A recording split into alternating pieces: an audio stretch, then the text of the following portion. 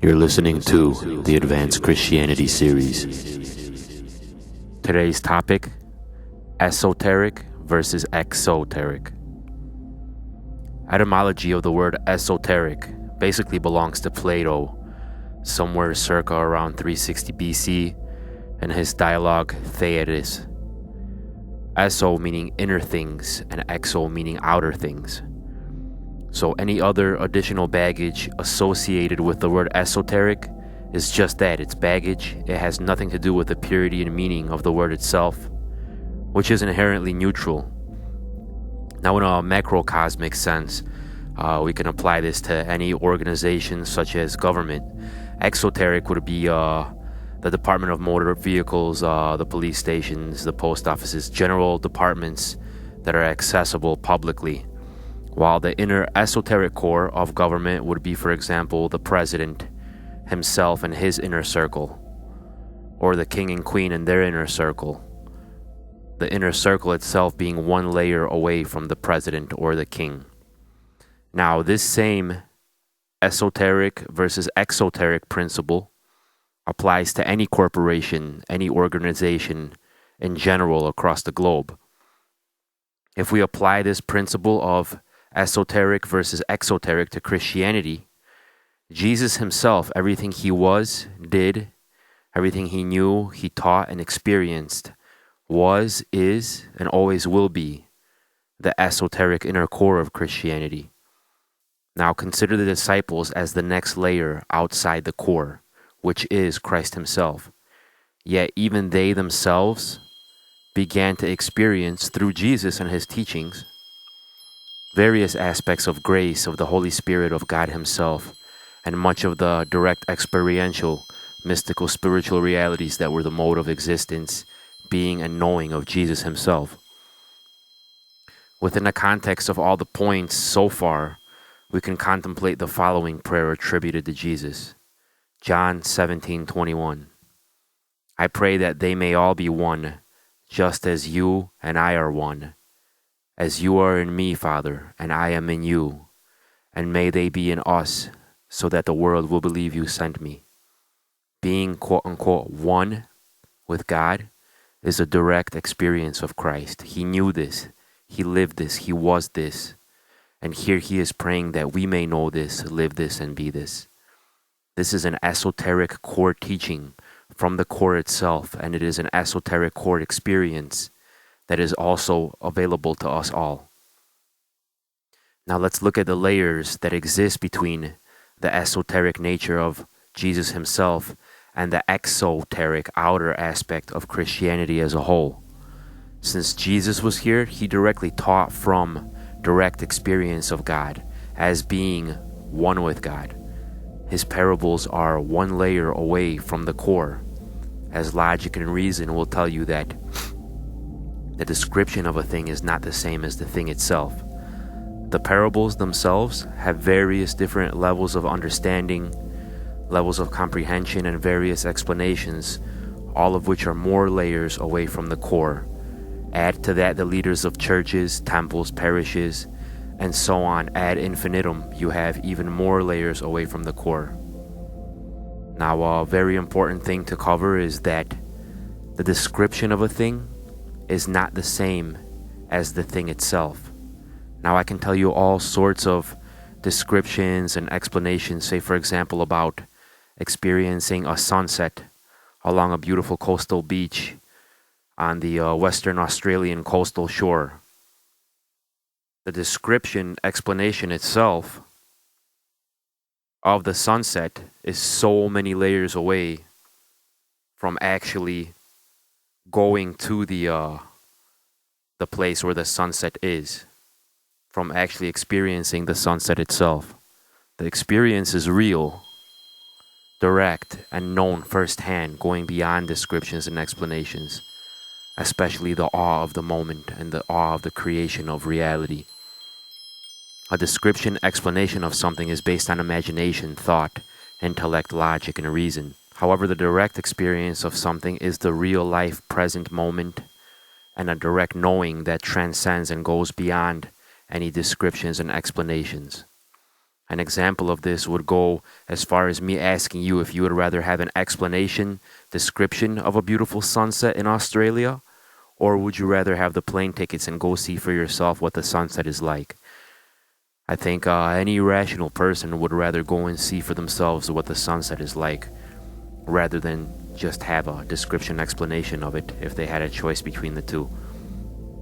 So too, the explanations and teachings of Christ are not the same as the actual direct experiential knowledge of the realities that Christ was living in, such as being one with God, being selfless, loving all unconditionally, and so on ad infinitum. So this is another layer away from the core that is Jesus Christ and the direct experiences of God that he had. These experiences having been shared with those who genuinely and with all their hearts penetrated and really followed the esoteric core of Jesus' teachings. All Christians and people in general should know as the Great Schism of 1054. During that century, Christianity had split between Eastern Christianity, which today calls itself Orthodox, and Western Christianity, which is basically the Roman Catholic Church and all of its branches. One of the realizations to take to heart is that the two sides could never agree about how to read and comprehend the Bible and whether or not a person can also experience God. The Eastern side said that yes, a person can experience a oneness with God, and the Bible should be read with logic, reason, and also with the transcendence and grace that is bestowed upon by the direct experience of being indwelled by the Holy Spirit. And that portions of the Bible are also mystically and experientially symbolic. The Western Roman Catholic side said basically that the Bible is all literal and only to be read with logic and reason, and that a person does not experience God, nor can one read the Bible and understand Christ, Christianity, and the world through direct experience of any kind of oneness or union with God. So the two sides split. They did try to have reconciliations. However, ultimately, Eastern Orthodoxy rejected Western Christianity because the westernized version of Christianity lacks the direct experiences of God and have no access to, for example, intuitive connections to the heart and to the soul and the inherent deeper experiential Christianity. Instead, Western Christianity became rational and a hierarchy-based system composed of layers and layers of priests, bishops, popes, most of which never had deeper mystical and selfless understandings of the deeper esoteric experiences that a person can have and should have with God. So now we have Western Christianity as a whole, which became the bigger and more popular version of Christianity, all of which its branches and offshoots such as Protestants, Anglicans, and many more, which then branched out into even more denominations such as Baptists and Evangelicals, which seem to be the pop choices in the US and the West in general. All of these are grouped within general Western Christianity, which, as you know now, do not understand or comprehend anything about the deeper esoteric, mystical, and experiential things of Christianity, which are still under currently the foundational aspects of not just Eastern Christianity, but also the foundational aspects for Christian monks, hermits, mystics, the world over, as well as being the basis and mode of operation for Jesus himself and his disciples. Now, most of the viewers of YouTube are part of Western culture, so you must know now that when you take a look at Christianity, the one that you have come to know, the pop version in the West, as just another huge layer away from the deep esoteric core of what Christ was all about. Western Christianity has always been and has become a bastardized version of the original, which held in high esteem the direct experiences of God, which come from saints and mystics and monks, hermits, and even householders and laypersons in the faith. In the Eastern version, in the Eastern traditions, there is still monks, monkhood, hermits, mystics, saints, and deep and direct experiences of God himself that is rich and is a foundational tapestry of the teachings of Jesus. Myself, almost a decade ago, I have gone through I went through evangelical megachurches as a place of worship originally. My direct mystical experiences were triggered by 14 months of intense and genuine Bible studies, genuine, deep, heartfelt prayer, and eventually a full immersion in water baptism in a living body of water. And that eventually led to the Holy Spirit descending upon me and slaying my old self. My ego had died, and I was, as a newborn baby, I was born again, filled with divine, ecstatic love. I did not comprehend these experiences and what had happened to me. So I went to the leaders of the megachurches, and they did not comprehend what has happened to me. I went to theologians in the evangelical branch, and they did not comprehend what had happened to me. I am talking about theologians who are leaders of great, big, giant megachurch branches that have their place all across the U.S. and Europe.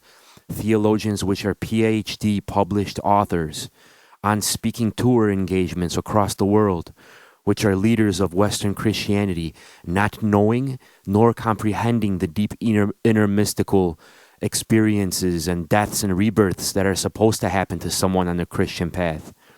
Here I was, deeply, mystically, and passionately loving God, Jesus, and my neighbors, and these leaders of churches were asking me if my experiences were from the devil. Seriously, from the devil? Here I am, madly in love with God, loving my fellow neighbors more than I love myself, as much as I love God. And they have the nerve to ask me, how do I know if this is from the devil or not? It was a real eye-opener to see this.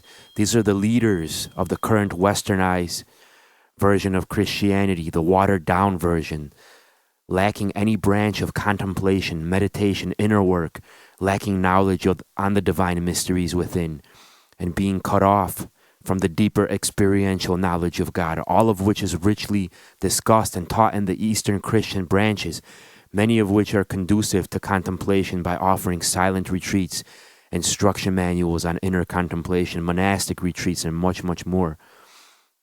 So knowing all these points now, it's important to consider and see how westernized Christianity has become an exoteric outer shell, with many, if not most of, the leaders of westernized Christianity themselves being blind to the deeper experiential foundational aspects of the inner core of Christianity, all going back to my earlier references of John 17:21. It's basically become an aspect of the blind leading the blind. The real leaders and teachers who truly know and understand the inner core that is Jesus Christ and the theosis and unification we are called to are those who themselves experience and know these inner truths. The mystics, the monks, the hermits, the saints, and the desert fathers. These are the knowledgeable leaders of a person's spiritual path and personal relationship with God. These are the leaders, the true knowers of God, the knowers of truth, the knowers of the inner esoteric core that Jesus Christ was all about. This is the deepest aspects that one can come to know and study and realize in their own life, in their own heart. The relationship with Christ, the relationship with God, the deep inner mystical experiences that you may and can come to know with God, they're personal. They're between you and God, and they're accessible by you, and they're accessible to you. So by all means, penetrate the inner depths. Study the mystics, the saints, the desert fathers, the hermits, the monks. These are the ones who know how to reach and experience God directly, how to experience grace, how to experience the deep inner truth that is God Himself. I send you my blessings. I send you from my inner heart, from my deep soul. I pray that you all may be one, as Jesus and the Father were one.